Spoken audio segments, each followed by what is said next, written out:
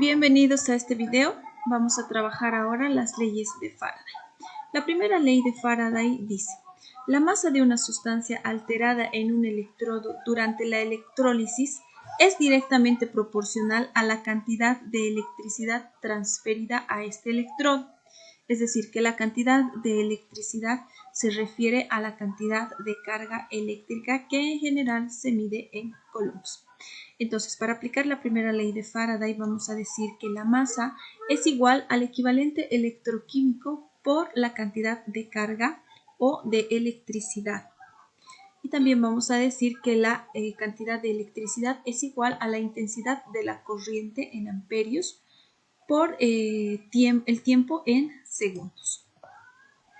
El ejemplo dice: calcular la cantidad de cobre, que nos dice la masa de cobre que se deposita en el cátodo de una solución electrolítica de sulfato de cobre o sulfato cúprico, cuando por la solución fluye 500 coulombs. Hay que recordar que estos 500 coulombs es la cantidad de energía o de electricidad que pasa, ¿no?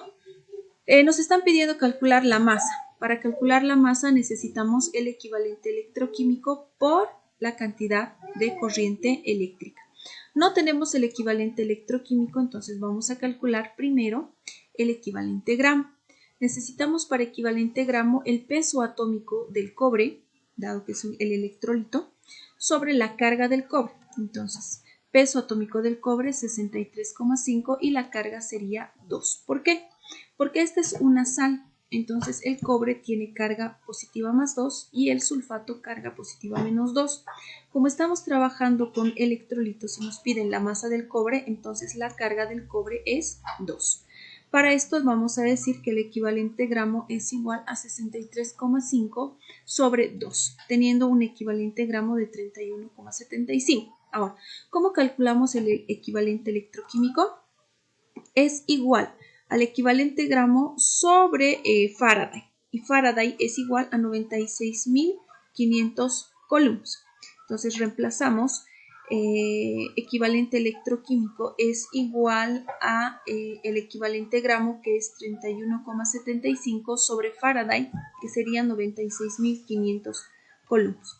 Entonces, nuestro equivalente electroquímico es igual a 3,29 por 10 a la menos 4 gramos sobre coulomb. Vamos a reemplazar nuestros datos en la primera ley de Faraday, es decir, en la masa.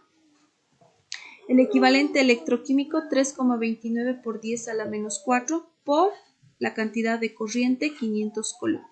Coulomb con coulomb se van y la masa sería 16,45 por 10 a la menos 2 gramos.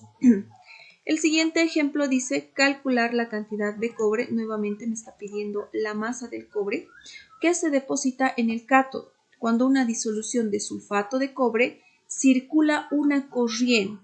Es decir, ya estamos hablando de una intensidad.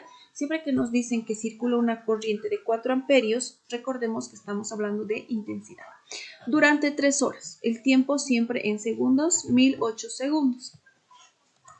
Para calcular la intensidad necesitamos, o para calcular la masa, teniendo en cuenta estos datos, necesitamos el equivalente por la intensidad por el tiempo sobre Faraday. No tenemos el equivalente. Vamos a calcular el equivalente gramo, en este caso del cobre, que sería 63,5 el peso atómico, y ya sabemos que la carga de este electrolito es 2, porque dentro del sulfato cúprico, pues la carga del cobre es 2. Entonces, nuestro equivalente gramo va a ser igual a 63,5, que es el peso atómico del cobre, sobre la carga del cobre, que es 2, siendo el equivalente gramo 31,75. Bien, ya tenemos el equivalente gramo. Vamos a calcular nuestra masa de acuerdo a la intensidad que tenemos.